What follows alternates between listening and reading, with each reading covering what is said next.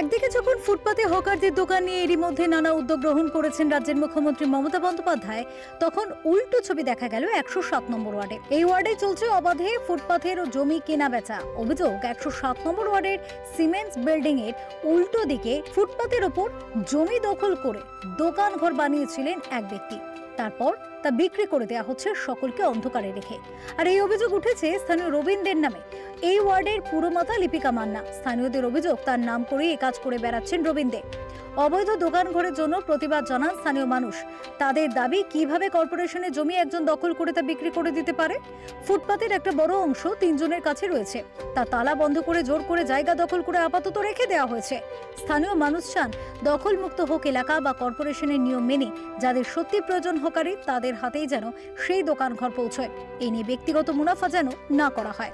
বলছি, আমরা এসেছিলাম জাস্ট দোকানগুলো দেখুন, এই পারে দোকানগুলো সাইজটা দেখুন, এই দোকানগুলো সাইজটা দেখুন। এরা অনেক দিন মানে দোকান ছিল ছোটোই, তারপরে আস্তে আস্তে বড়ো করে এত বড় দোকান করেছে। তো আমরা এসেছিলাম দোকানগুলো ছোটো করার জন্য, যাতে সবার সুবিধা হয়। তো এখানে বলছে আমি একজনের কাছে কিনেছি, আমার নাম জিজ্ঞেস করে রবিন বলে একজনের নাম আসছে।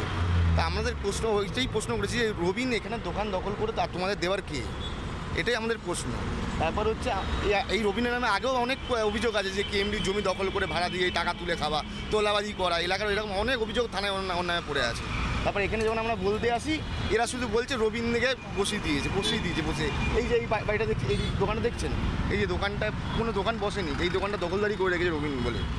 আমরা একটাই বলতে চাইছি, দোকান ছোটো করে সবাই করে খাক, কাউকে উঠতে হবে না। দোকান যেরকম আছে দেখুন, ওই দিকে দেখুন দোকান ছোটো ছোটো দোকান, এই দোকানগুলো ছোটো ছোটো থাকুক, সবাই যাতে করে খেতে পারে, এটাই আমাদের কথা।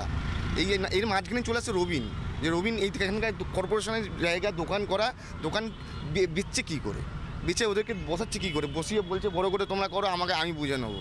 অভিযোগ একটাই যে এখানে ছোটো ছোটো একটা চায়ের দোকান করে খেত, এখন সেটা চায়ের দোকানে একটা ছিল, এখন সেটা 5-6খানা জায়গা নিয়ে একা দোকান করে খাচ্ছে। ওই পাশের ওই দোকানটাও যা, এই দোকানটাও তাই। আর এইটা তো পুরো রবিন দখল করে রেখে দিয়েছে এই জায়গাটা পুরো, ঠিক আছে। আর ওদেরকে বলতে গেলে ওরা বলছে রবীনবাবুর সঙ্গে কথা বলেছি, রবীনবাবু আমাদেরকে করতে বলেছে, আমরা করছি। আর এই দোকান তো বিক্রি হয়েছে, ইনি তো নিজের মুখেই বললো আমরা কিনে করেছি, সেটাই তো যায় না, আমরা জানতামই না। এই এখন শুনছি যখন কথা বলতে এসেছি কাকিমা যে এত বড় করছেন কেন, আপনাদের দোকান ছোট করুন, এত বড় দোকান ছিল না। বলছে কেন, আমরা তো দোকান কিনেছি। দোকান এই সব দোকান বিক্রি হওয়ার, কর্পোরেশনের দোকান, কর্পোরেশনের উপরে জায়গার উপরে দোকান আছে, সেই দোকান বিক্রি করে দিচ্ছে। তাই একটা যে এইগুলো তো নোংরামোগুলো বন্ধ হোক, যাতে না এরকম নোংরামো আর পরবর্তীকালে হয়। আমরা থানায় একটা দরখাস্ত দেবো, তারপরে যেখানে জানাবো, তারপরে যা স্টেপ নেওয়া হবে। Bureau report, channel 10।